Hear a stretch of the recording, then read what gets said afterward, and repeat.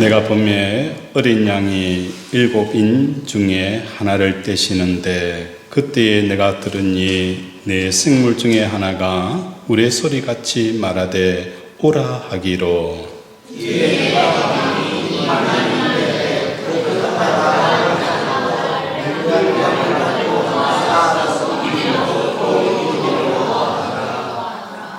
둘째 인을 떼실 때에 내가 들으니 둘째 생물이 말하되 오라 하니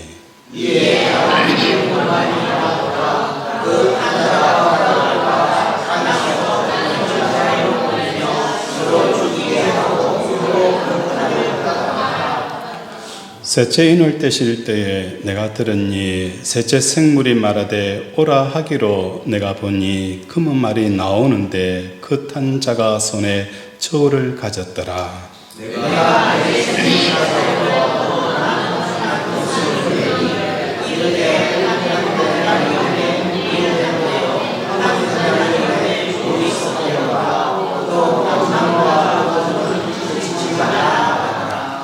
넷째 인을 떼실 때에 내가 넷째 생물의 음성을 들으니 말하되 오라 하기로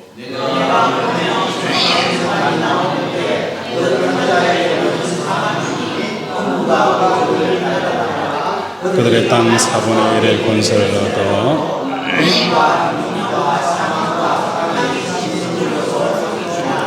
아멘. 세상 사람들은 이런 말을 합니다. 죽기 전에 꼭 가봐야 될 숨을 곳, 죽기 전에 꼭 맛보아야 될 것, 죽기 전에 꼭 읽어야 할 책들, 죽기 전에 꼭 보아야 할 영화들. 그러나 성경은 우리에게 인생을 살면서 꼭 이루어야 할 일들이 있다라고 말씀하세요. 그게 무엇일까? 우리 계시록 5장 1절을 한번 읽도록 하겠습니다. 계시록 5장 1절 시작. 내가 보매 보좌의 아저씨 그의 오른손에 물마리가 있으니 악마로서 또 일곱으로 말하였다. 5장 1절에 보면 내가 보매 보좌에 앉으신 이의 오른손에 두루마리가 있으니 안팎으로 섰고 7인으로 봉하였더라 라고 말씀합니다. 여기서 하나님의 오른손에 들린 두루마리에는 한 사람이 태어나서 죽을 때까지 평생 이루어질 일들이 뭐하는 거예요? 기록이 되어져 있습니다. 내 가족의 평생의 일도 기록이 되어져 있고 지구에 사는 모든 사람들의 그 평생에 이루어야 될 그 일들이 다 기록이 되어져 있다는 것입니다. 그러나 지구상 80억 명 중에 하나님의 두루마리 책에 기록된 내용대로 사는 사람들은 극히 적다는 것입니다. 왜냐하면 어린 양 예수를 찬양하는 이 찬양의 상과 어린 양 예수를 경험하지 못하기 때문에 두루마리 책에 기록되어져 있는 그 하나님의 일들을 이뤄내지 못한다는 것입니다. 어린 양의 찬양이라는 것은 계시록 4장 7절에 8절에 이렇게 기록이 되어져 있어요. 우리 한번 찾아볼까요? 계시록 4장 3장 8절 말씀입니다. 계시록 3장 8절 우리 함께 읽겠습니다. 시작. 볼지어다 내가 내 앞에 이 문을 두었으되 너희 앞에서 가만히 있으리라. 내가 내 일을 하니 내가 자기 일을 하소서. 내가 나를 지키고 내 문을 불안하지 않게. 아이고 죄송해요. 3장이 아니고 4장입니다. 우리 4장 8절 다시 한번 읽겠습니다. 시작. 내 생명은 각각 내려가고 그 안과 중간에 있는 것이다. 그들이 안과 시작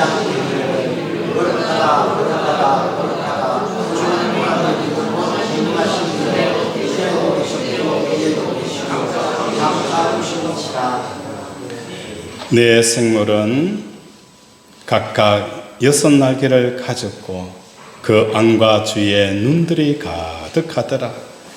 그들이 밤낮 쉬지 않고 이르기를 거룩하다, 거룩하다, 거룩하다. 주 하나님 그 전능하신 이여 전에도 계셨고 이제도 계셨고 장차 오실 이시라. 이 하나님 거룩하시고 거룩하시고 거룩하시다라는 이 하나님을 뭐 하는 거예요? 우리가 경험하고 찬양하게 되어지면 그분이 과거에도 계셨고 현재에도 계시고 장차 오실이라는 이 어린 양을 찬양하지 못하기 때문이라는 거예요. 보물은 어린 양 예수님을 찬양하며 살아가는 사랑과 어린 양 예수님을 등지고 살아가는 사람들에게 일어나는 일들을 개괄적으로 우리에게 보여줍니다.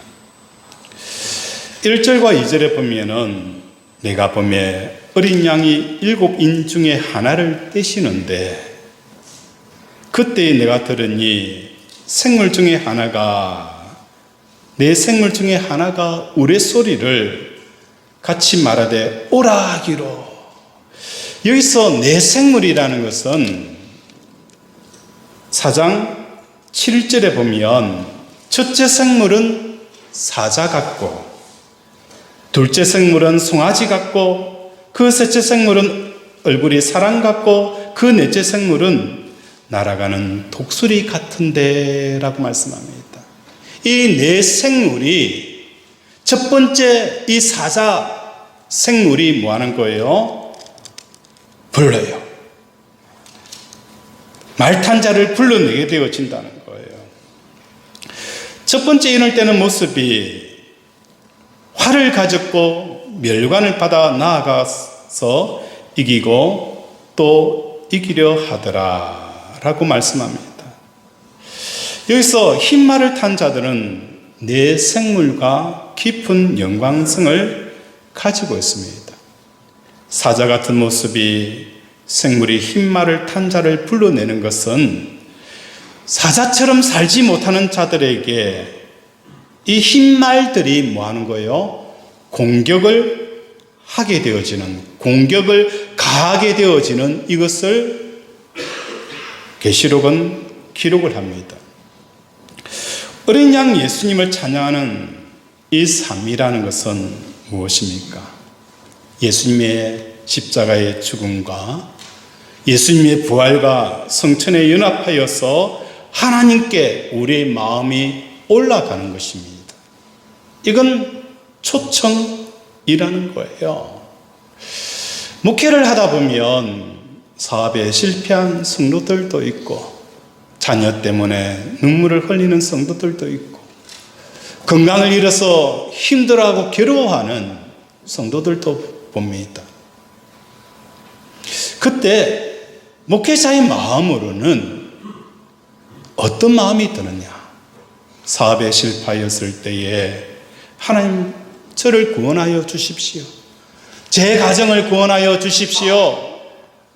제 기업의 틀을 구원하여 주십시오라고 기도하고 구원해 달라고 외칩니다. 그때 하나님께서는 우리에게 뭘 하시는 거예요?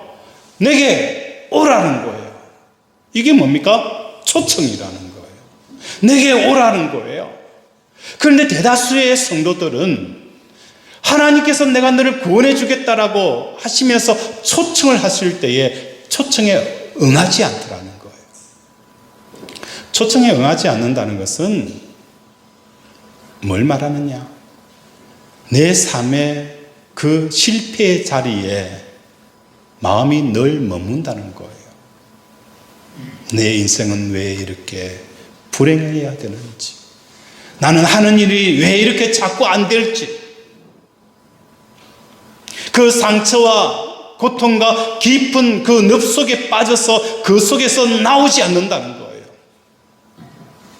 하나님께서 계속 은혜를 주시고 인도하시고 공급하심에도 불구하고 그들은 그들이 그 늪 속에 빠져서 몸이 진흙탕이 되어서 있다는 거예요.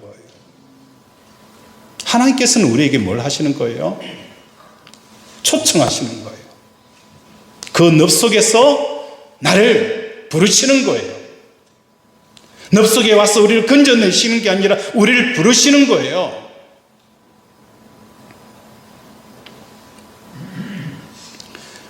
왜 부르시느냐?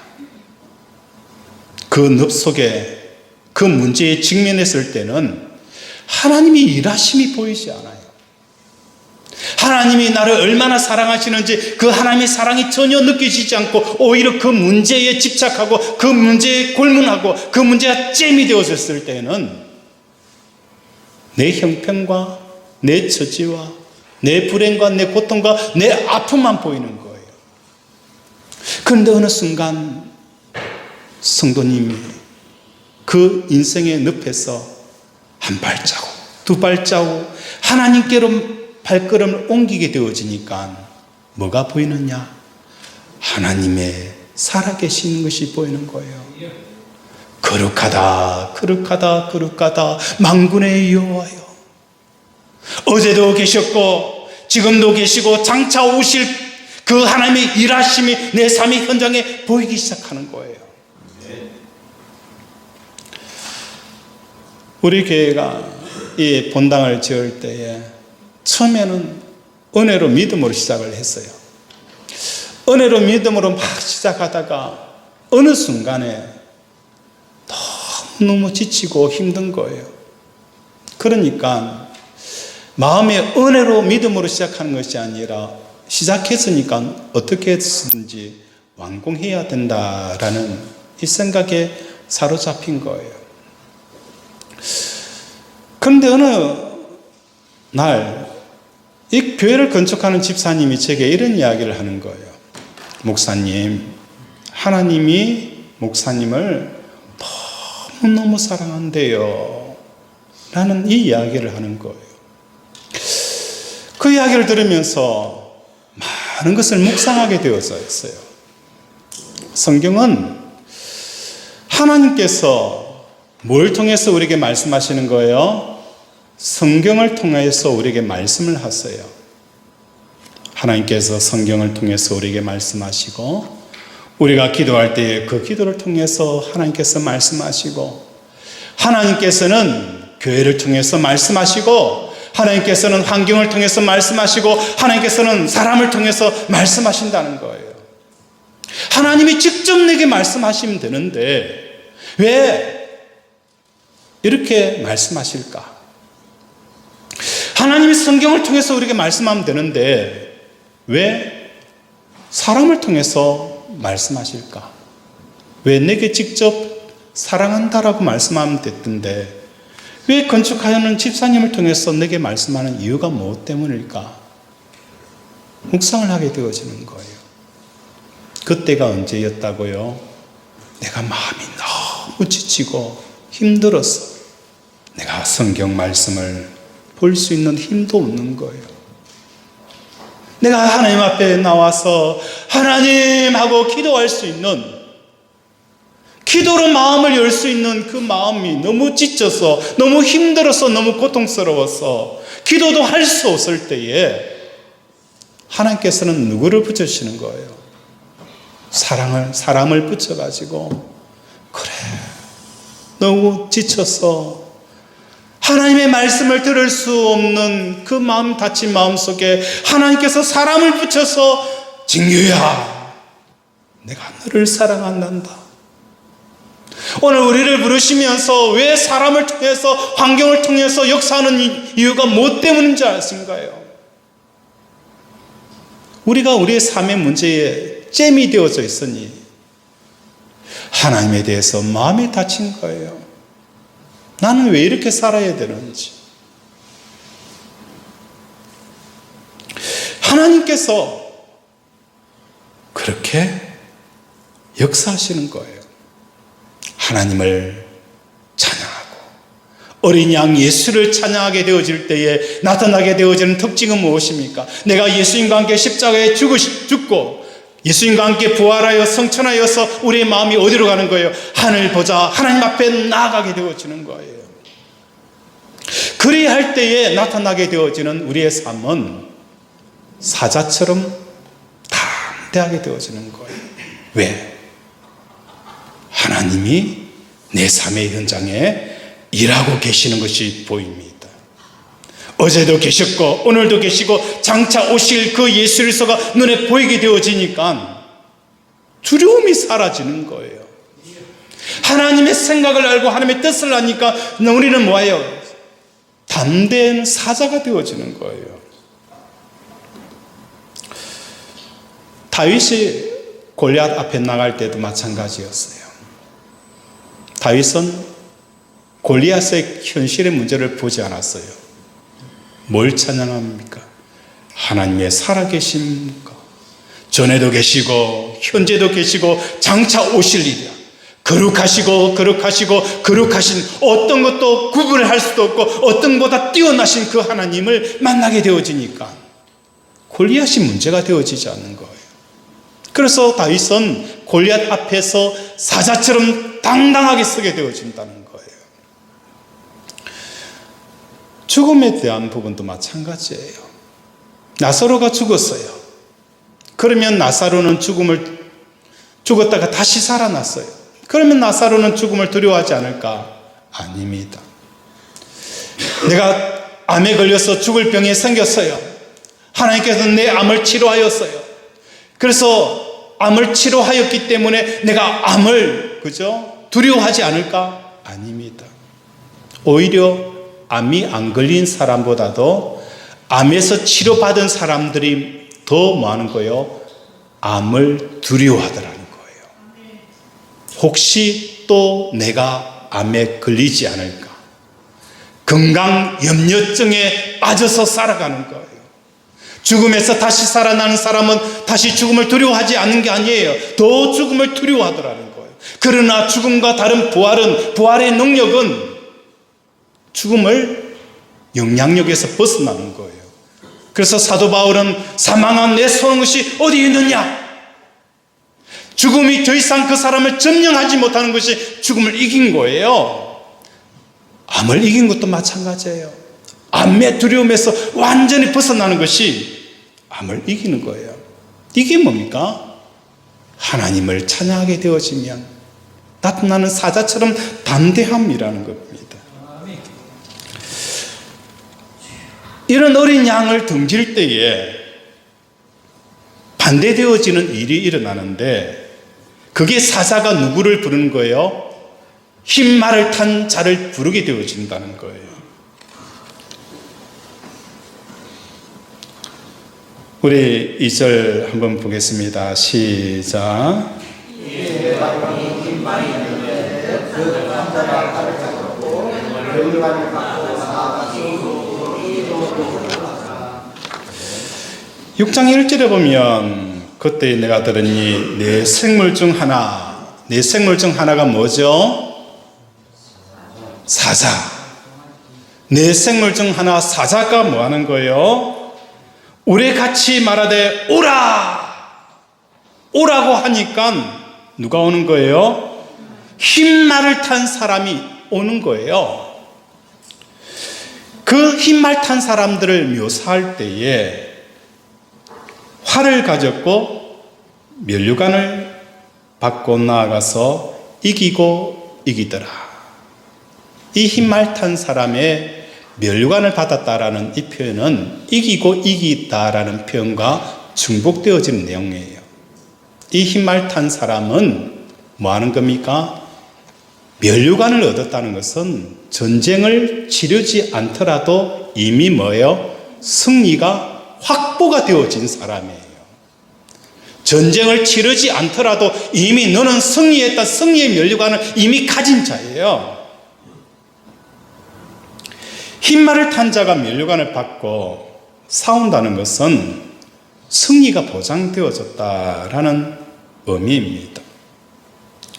흰 말을 탄 자의 승리란 무엇인가? 어린 양을 찬양하지 아니하고 등진 자들은 궁극적인 조음을 가질 수 없게 하는 역할이 뭐예요? 흰 말을 탄 자의 역할이라는 거예요. 어린 양을 찬양하지 아니하고 그 어린 양을 등진 사람들, 그 사람들과 전쟁을 하게 하는데 그 사람들과 전쟁에 백전백승하게 하는 게 그들의 멸류관이고 이기고 이기더라 라고 말씀을 하는 거예요. 또 두 번째로는 활을 가졌다 라고 표현되어져 있어요. 화살은 한 사람을 대상으로 소개되어지는 거예요. 각각 개인이 화살에 뭐 하는 거예요? 화살에 맞았더라 라고 표현이 되어져 있는 거예요. 마치 큐피드의 사랑의 화살처럼. 모파상의 목걸이라는 단편 소설이 있어요. 마틸린 부부가 그렇게 부자는 아니지만 공직 생활을 하게 되었어요. 어느 귀한 연회상에 부부가 초대를 받았는데 아내에게 여보 우리 정말 높은 사람들 오는 이 연회장에 초대를 받아서 가자 라고 한 거예요. 그러니까 아내가 하는 이야기가 여보 내 옷도 제대로 없어. 그러니까 남편이 비자금으로 모아놓은 그 돈으로 아내의 옷을 싹 사주는 거예요. 그러니까 또 아내가 불평하는 거예요. 옷만 있으면 뭐해? 장신구가 있어야지. 그래서 친구에게 목걸이를 빌립니다. 정말 비싼 목걸이를 빌리는 거예요. 그 연애가 마치고 나서 오니까 목걸이가 없는 거예요. 그래서 어떻게 하는 거예요? 가짜 비슷하게 생긴 목걸이를 친구에게 돌려주는 거예요. 친구가 눈치를 못 채는 거예요. 그리고 나서 그 남편과 아내는 그 목걸이를 사기 위해서 허리를 조여매고 전 재산을 다 팔고 먹지도 않고 자지도 아니하고 아내는 그 아름다웠던 얼굴들이 이제는 뭡니까? 주름살이 깊어지고 그 건강하였던 몸이 이제는 병들어 가는 거예요. 그래서 겨우 그 목걸이를 샀는데 그 목걸이 금액이 1억 6천만 원짜리 목걸이를 산 거예요. 그러고 나서 친구에게 주니까 이거 가짜야. 가짜야. 오늘 이 흰말 탄 자의 면류관이 뭐냐? 어린 양을 찬양하지 아니하는 이 삶을 살아가는 사람들은 마치 큐피드의 화살을 맞은 것처럼 이 세상의 어떤 일에 마음이 꽂히게 되어지는 거예요. 큐피드의 화살 중에서 사랑에 빠지듯이 흰말 탄 자의 화살에 꽂히게 되어지면 세상의 가치에 마음이 꽂히게 되어지는 거예요. 자녀의 마음에 꽂히게 되어지고 돈에 꽂히게 되어지고 건강에 꽂히게 되어지고 성진에 꽂히게 되어지는 거예요. 제가 아는 분 중에 한 분은 아반떼 차를 샀는데 이 차에다가 1억을 투자해서 튜닝을 하더라고요. 슈퍼차지 달고 휠 바꾸고 하나에 꽂히니까 가정이고 뭔가 다 내팽개치고 그곳에 온이 꼽혀가지고 살아가는 겁니다. 하나님께서는 너는 십자가에 못 박힌 그 어린 양, 죽은 어린 양을 그토록 싫어하고 거부하고 아랑곳하지 않는구나. 그렇다면 이제부터 너는 절대로 조음이 될 수 없는 세상 것들을 궁극적인 조음으로 착각하여 그것에 꽂혀 살게 될 것이다. 이게 뭡니까? 흰말 탄 자들의 멸류관이라는 것입니다. 조음이 없으니 평생 꽂혀 살아도 삶이 공하게 되어지는 것입니다. 이것은 어린 양을 등진 사람, 모든 사람들에게 나타나는 공통적인 특징이라는 거예요. 어떤 사람은 자녀에게, 어떤 사람은 사업에, 어떤 사람은 취미에, 어떤 사람은 돈에, 어떤 사람은 투기에 온통 꽂혀서 정말 우리에게 배부르지 못하는 것에 꽂혀서 살아가는 거예요. 정말 기쁘지 못하는 것에 인생을 소비하면서 살아가게 되어진다는 거예요. 우리도 십자가에 달린 어린 양, 그 예수가 없었더라면 우리 마음이 세상에 꽂혀서 지금 살아갔을 거예요. 저도 예수를 만나지 못하였더라면 제 삶은 세상에 꽂혀서 그것이 취미가 되어졌던, 어떤 것이 되어졌던 그것에 꽂혀서 아마 삶을 살았을 거예요. 이걸 사도 바울은 허무한 곳에 굴복한다라고 표현을 하고 있는 것입니다. 이것은 인류가 타락한 이후부터 지금까지 일어났고 앞으로도 계속 일어나게 될 것이다 라고 사도 요한은 우리에게 말씀을 합니다. 장차 될 일을 말씀한다는 거예요. 우리 3절 한번 읽겠습니다. 시작.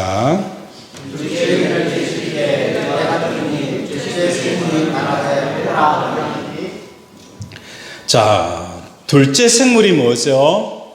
송아지. 이 송아지라는 것은 소는 곱비에 그죠? 끈을 꼬게 되어지면 어떻게 하는 거예요? 주인이 데리고 가는 대로 따라다니는 것이 소예요. 곱비를 한번 채우면 소가 주인이 이끄는 대로 따라다니는 이 삶. 어린 양을 체험하고 어린 양을 경험하게 되어지면 우리는 뭐 하는 거예요? 하나님이 이끄는 대로 따라가는 거예요. 하나님이 이끄시는 대로 따라가는 거예요. 우리가 하나님 앞에 뭐 하는 거예요? 기도해요. 그런데 우리가 하나님 앞에 드리는 이 기도의 내용을 살펴보게 되어지면 이게 기도가 아니더라는 거예요.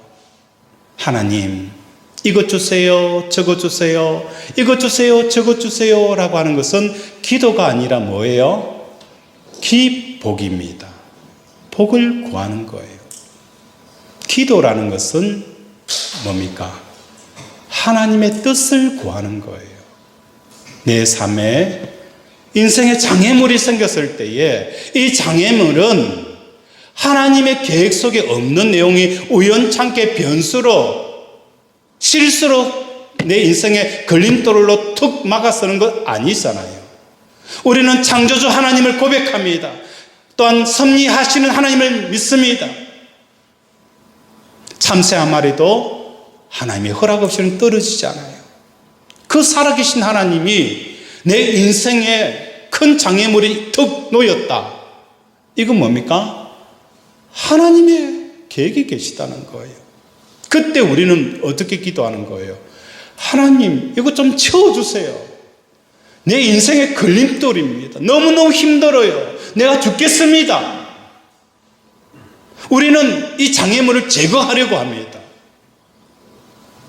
그런데 한 번도 하나님 앞에 뭐 하는 거예요? 하나님, 이 장애물은 하나님께서 내게 뭘 깨닫게 하시는 것인지 그것을 내가 알게 하여 달라고, 그것이 하나님 앞에 묻는 게 뭐예요? 하나님의 뜻을 구하는 진짜 기도잖아요. 기도는 하나님과 호흡이에요. 하나님의 뜻을 헤아리는 거예요. 하나님 이거 주세요, 저거 주세요, 제거해 주세요 라는 것은 기복이라는 거예요. 그런데 우리는 기복을 하면서 기도하고 있다고 생각하는 거예요. 적어도 기도는 하나님의 생각을 묻는 거예요. 지난주에 노예에서 은퇴하신 목사님을 모시고 새 에덴교회 갔다 왔어요. 모시고 오는데 목사님이 이런 이야기를 하시는 거예요. 이 목사님은 평생 목회하면서 신유 역사가 일어나신 분이에요. 귀신을 쫓아내고 병을 많이 고쳤어요. 그런데 이 목사님이 이렇게 표현하는 거예요. 목사님, 제가 은퇴하고 나서 크게 후회가 되어지고 회개가 되어지는 게 있었어요. 목회를 번듯하게 잘 하셨고 사역의 열매가 있었기 때문에 저희들은 의아하게 물었어요. 목사님, 그게 뭐죠? 왜?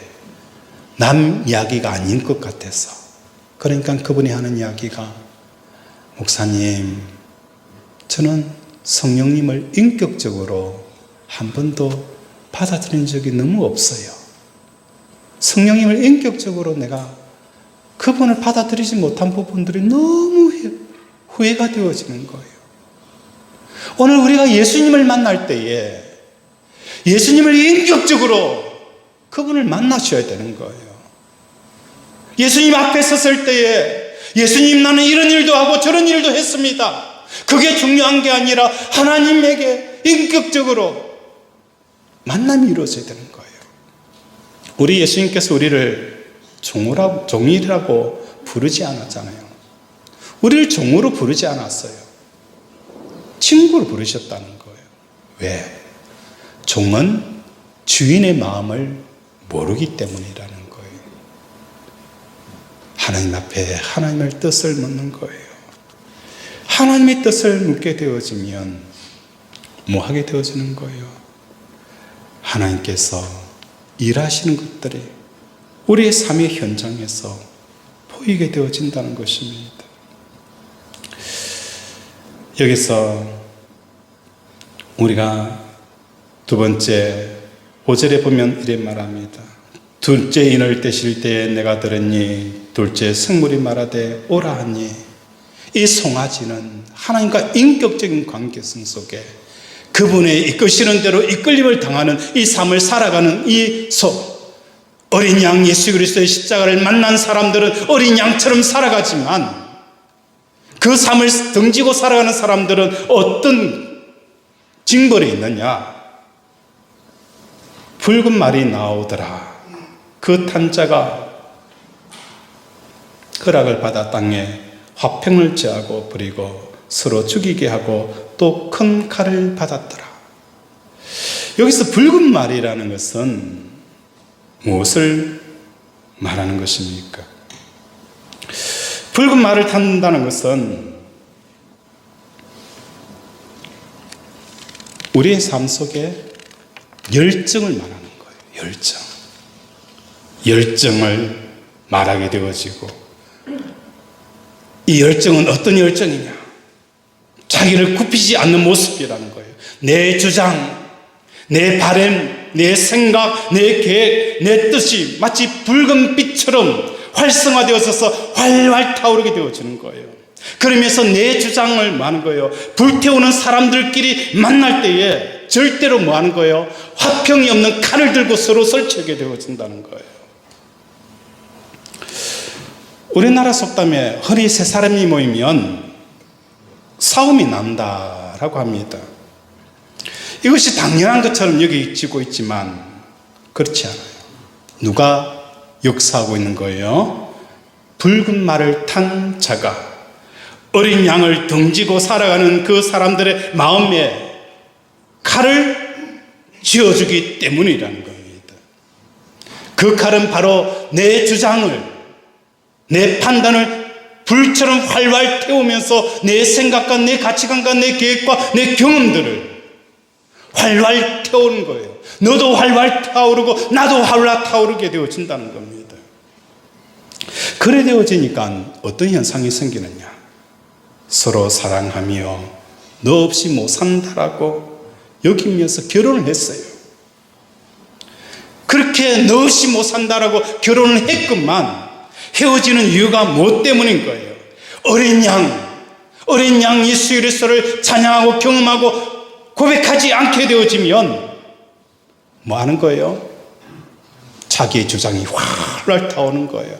아내의 생각이 타오르는 거예요. 남편의 생각이 타오르는 거예요. 아내는 이렇게 해야 되고 남편은 이렇게 해야 된다. 부모는 이래야 되고 자식은 이렇게 해야 된다. 그래서 얼마나 남편과 아내가 서로가 칼을 휘두르 상처가 나고 피가 나고 고통하는 것을 보게 되어지는 거예요. 부모는 자식은 이래야 되지. 이래야 자식 아니야. 자기 주장과 자기 계획과 자기 뜻이 너무 뚜렷한 거예요. 자식은 부모에게 부모는 이래야지. 서로 칼을 가지고 뭐 하는 거예요? 칼싸움을 하는 거예요. 이게 누구 때문이라는 거예요? 어린 양 예수 그리스도를 찬양하고 고백하고 경험하지 못하게 되어지면 나타나는 모든 사람들의 특징이라는 것입니다.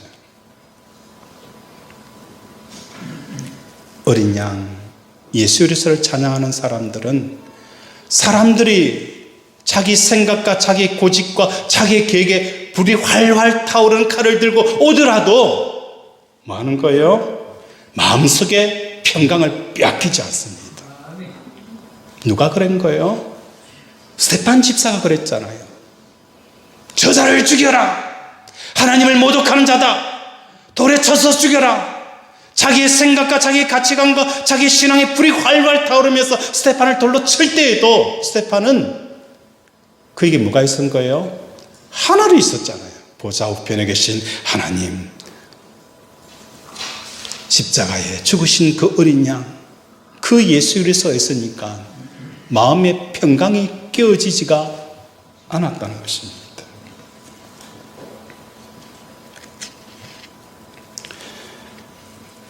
우리 마음속에 어린 양을 등지게 되어지면 화평이 없습니다. 돈의 문제가 아니에요. 사람의 문제가 아니에요. 끊임없이 내 주장과 내 생각과 내 판단과 내 계획과 내 뜻이 붉게 빛나며 활활 타오르서 불덩이가 되게 되어지기 때문에 화평이 없는 것입니다. 우리 5절 한번 읽겠습니다. 시작.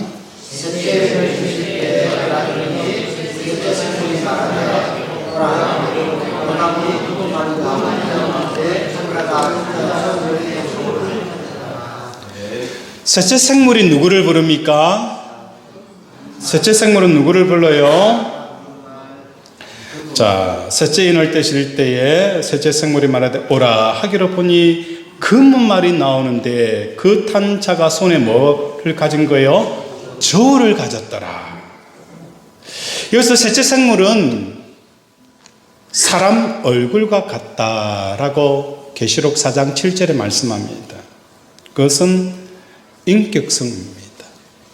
내 안에 십자가에 죽은 그 예수 그리스도를 통하여서 내 생각이 아닌 하나님의 생각과 내 감정이 아닌 하나님의 마음을 헤아리는 이 삶들이 주어지는 어린 양을 통해서 내 생각이 아닌 하나님의 생각을 쫓는 사람, 그 사람이 사람과 같은 그 사람이 부르는 게 누구예요?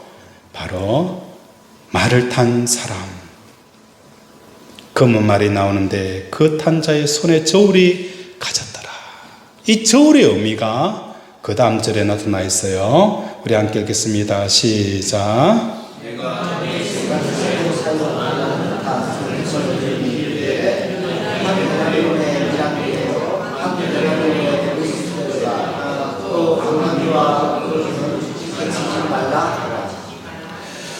이 저울의 의미가 6절에 보면 내 생물 사이로 나는 듯한 음성이 들으니 이는 한 데나리온의 밀 한 대요.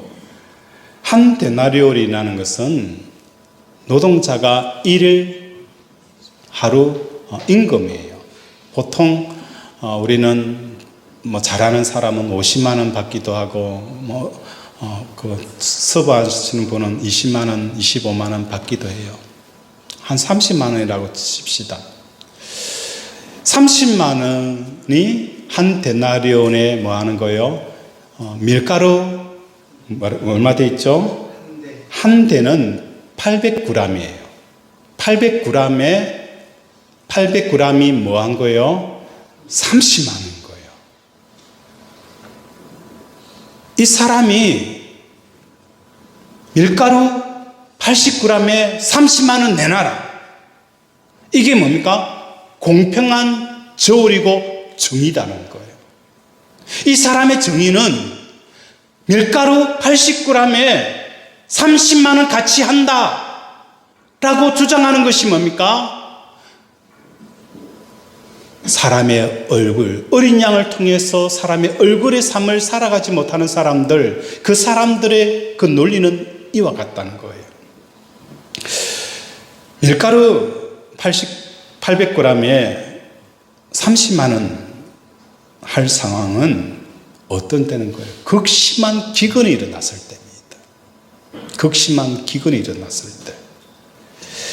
밀 한 대에 한 데날리온 하는 것은, 그죠? 밀가루 한 대에 한 데날리온 하는 것은 약 가격으로 12배에서 16배 되는 비싼 가격으로 엄청난 기원 현 상황이 일어났을 때 일어나는 상황이라는 거예요. 어린 양을 등진 자는 마음속에 견딜 수 없는 그 가뭄으로 인한 기근이 꽉 찹니다. 이러한 상태에서 사람을 사람으로 대하지 않는다는 거예요. 어린 양이신 예수님을 등지면 재벌 회장이라도 사장님이라도 마음에 뭐 하는 거예요? 기근이 충만하게 되어진다는 거예요. 판사나 변호사나 대통령이 되어지더라도 어린 양 예수 그리스도를 경험하지 못한 사람들은 기근이 충만하게 되어져서 사람에 보지 못하는 그 관계가 이어지는 거예요. 그러면서도 이게 뭐라는 거예요? 정의있다는 것입니다. 정의는 올바른 저울을 상징합니다. 기근이 충만한 사람에게 있어서 타인을 대할 때에 정의는 항상 부당할 수밖에 없습니다. 내가 너에게 밀가루 800g을 줄 테니 너는 나에게 30만 원을 내놓아라. 이게 정의다라고 부당한 정의를 외치고 있는 것입니다. 우리도 마찬가지예요. 십자가에 죽은 예수 그리스도를 통해서 하나님께 부르심을 받기 전까지는 우리도 이러한 삶의 모습들이 내 속에 나타나는 거예요. 내가 너에게 밀가루 800g 줄 테니 너는 나에게 30만 원을 내놓아라. 이것이 부당한 정의이면서도 이상한 저울의 논리를 가지고 살아가는 것입니다. 항상 타인에게 불만이 많습니다. 내가 주고 싶은 것은 밀가루 800g인데 바라는 것은 30만 원인 거예요. 남편에게도 나는 남편에게 800g을 주면서 남편에게 나는 뭘 요구하는 거예요? 30만 원을 요구하는 겁니다. 남편은 아내에게 800g의 밀가루를 주면서 아내는 나에게 30만 원을 줘야 된다는 거예요. 목회자와 성도와 목회자, 또한 우리는 이 땅에 속에 있는 사장과 부하 직원, 모든 관계는 뭡니까? 이 부당한 저울을 가지고 이것이 정의인 척 하면서 뭐 하는 거예요? 이렇게 살아간다는 거예요. 그러니까 내 마음속에 불만이 가득한 거예요. 원망이 가득 찬 거예요. 만족이 없는 거예요. 뭘 보아도 감사가 없는 겁니다. 뭘 보아도 기쁨이 사라져 버리는 거예요.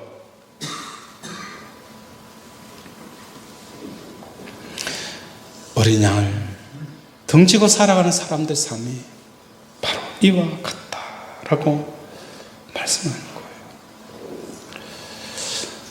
마지막으로 우리 7절 함께 읽겠습니다. 시작.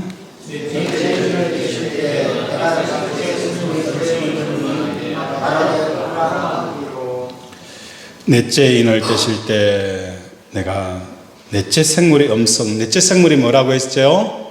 독수리. 독수리는 하늘을 나는 거예요. 독수리 하늘을 나는다는 것은 하늘이 있다는 거예요. 하늘이. 늘 하늘이 있는 삶을 살아가는 거예요. 그때에 8절에 보면 그 독수리가 누굴 오라 하고 부릅니까? 정황색 말이 나오는데 그 탄자 이름은 뭐라는 거예요? 사망이니 음부가 그 뒤를 따르더라. 여기서 사망이라는 것은 사망은 두 가지가 있어요. 첫 번째 사망, 우리 육체의 죽음이 사망이고 두 번째로는 우리 영혼이 심판대 앞에 섰을 때의 사망을 말하는 거예요. 여기서 사망은 첫 번째 우리의 죽음이에요. 육신의 죽음이 임하게 되어질 때에 그 탄자가 어린 양을 찬양하지 않은 그 사람들의 삶은 육신이 죽는 순간 뭐가 가로채 가는 거예요? 마치 독수리가 그 영혼을 뭐예요?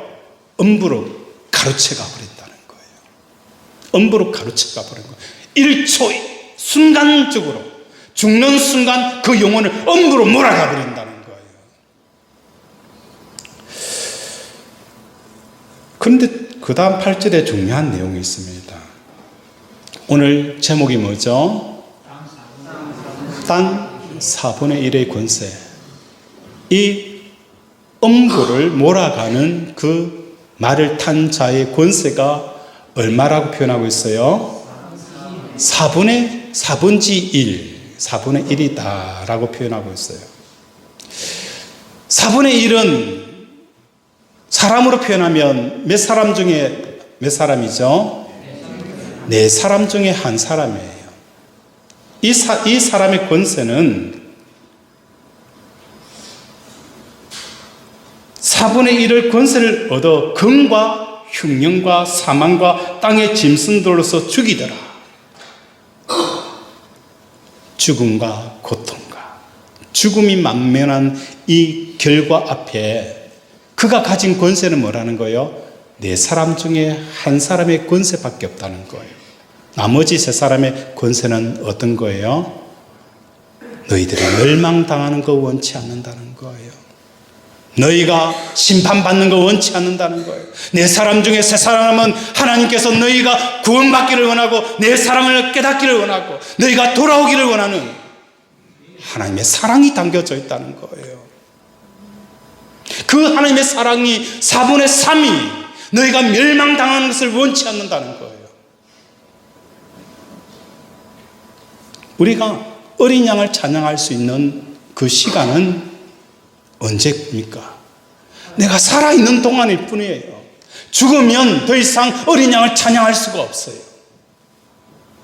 그래서 오늘 이 말씀을 듣게 하는 사도 요한을 통해서 이 계시록의 말씀을 여러분에게 주는 것은 여러분은 뭘 받고 있는 거예요? 4분의 3의 하나님의 사랑을 받고 있는 겁니다.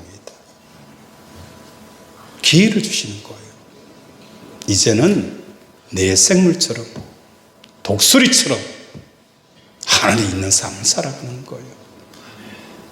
하나님의 계획과 하나님의 생각을 쫓아가는 삶을 살아가는 거예요. 송아지처럼 그분이 이끄는 대로 살아가는 거예요. 사자처럼 담대한 거예요. 이 삶을 살아가는 저와 여러분이 되어지기를 주님의 이름으로 축원을 드립니다. 말씀을 생각하며 함께 기도하기를 원합니다. 하나님, 오늘도 땅 4분의 1의 그 권세를 통해 하나님의 사랑과 하나님의 기회 주심 앞에 오늘도 아버지 어린 양을 찬양할 수 있는 우리의 삶이 되게 해달라고 이 시간 주여 삼창 부르고 기도합니다. 주여 주여 주여.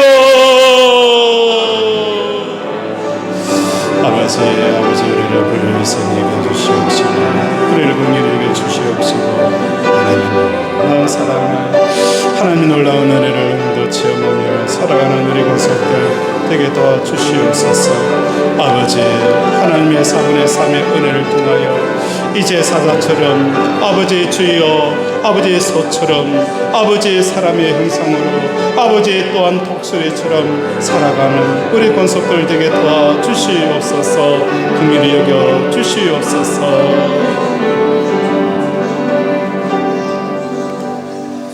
하나님 아버지, 오늘도 말씀을 통하여 부어주시는 4분의 3의 은혜와 사랑과 긍휼함을 우리가 잊게 하여 주시옵소서. 사자처럼 살아갈 때에 아버지 우리의 포유 소리에 온 세상이 두려움에 벌벌 떨게 하여 주시옵소서. 아픈 곳에 손을 넣습니다. 그가 찔면 우리의 허물 때문이요 그가 상함한 우리의 죄악 때문이라. 그가 징계를 받음으로 우리는 평화를 누리고 그가 채찍에 맞음으로 우리는 나음을 받았도다. 나의 영혼이 죄 사함받은 것처럼 나 육신의 모든 허물과 죄도 사함받았음을 예수 그리스도 이름으로 선포하노라. 예수 그리스도 이름으로 명한다. 암덩어리는 녹아내릴지어다. 내 부종은 치유될지어다. 피부병, 호흡기 질환, 관절염 우울증, 조울증, 혈관, 갱년기, 부인 불면증, 피부병 깨끗하게 나을지어다. 오장육부에 떨어진 구멍은 깨끗하게 메어질지어다. 하나님, 오늘도 우리를 치료하여 주심을 감사드리오며 예수 이름으로 기도드립니다. 아멘.